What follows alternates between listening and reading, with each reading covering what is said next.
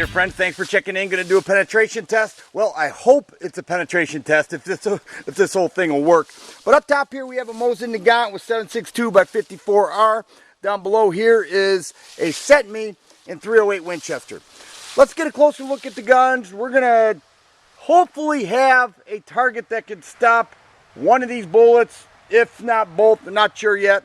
But let's take a closer look and we'll get started. Here's the Cetme, made by Century Arms, shooting at 308 Winchester. Just picked this up. Works real well for me. And up top is a Mosin Nagant.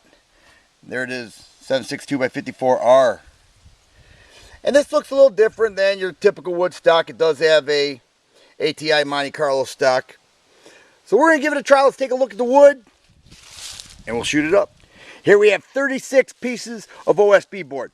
Now I tried it before on 19 and it ripped through that like it was nothing. So not only do I have 36 pieces held together fairly well by a combination of lag bolts and duct tape, but also 2 patio blocks.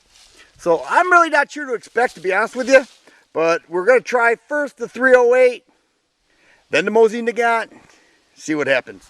Here's a quick visual of the ammo size. The Mosin Nagant is larger with a larger bullet in there.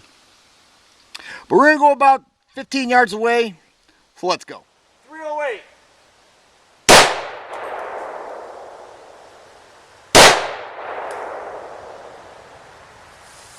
Here are the 2 entry holes from the 308. I shot low because if I shot high, I was afraid it would miss some of the wood. So it went all the way through, did not break the patio blocks, but when I...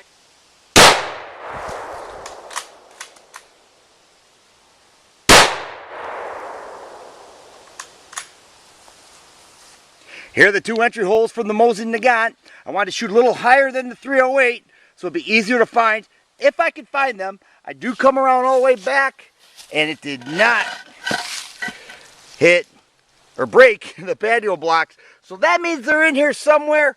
I'm going to open these up and see how far they penetrated. We made it through 21 boards and the first sign of a bullet is right there. And that's the Mosin. On board 21, it turned, and as it was going through, it put huge holes through it, but it did turn on board 21. I haven't seen the 308. I see the entry hole still, but I'm going to keep searching. Here we are on board 30, and here's the other Mosin. And that again turned, and look at it. It kind of like dug into board 30 and turned.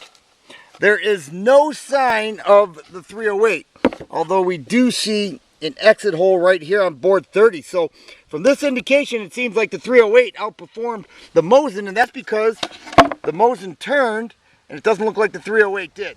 And there's what a Mosin Nagant bullet looks like out of its casing. I searched high and low for that 308, could not find it, even broke my cheap Chinese range bag knife. These things are garbage. You know, you see these at the gun show for cheap. That's why they're cheap. They're total garbage. I have good knives I didn't put in my range bag. I'm going to start doing that.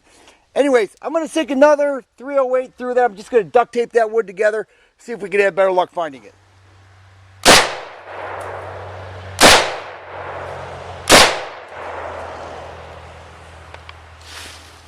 Here are the 3 entry holes. Did not go through to the paver stone, so let's pull these apart. Here's what I pulled out of board 10, and there is the back of board 11. Let's pull these out too. So here are the final results. Each of the Mosins made it through and then turned so the bullet was facing upward. The second time through, which I did not find the first time through, the 308 mushroomed and turned into balls. Here's the ammo that I used. And the effect on the board was different the second time too. You can see the entry holes and it just blasted through like that. Much easier to find the second time. Goes to show you that every range test can be a little bit different. If you like videos like this, please subscribe and share.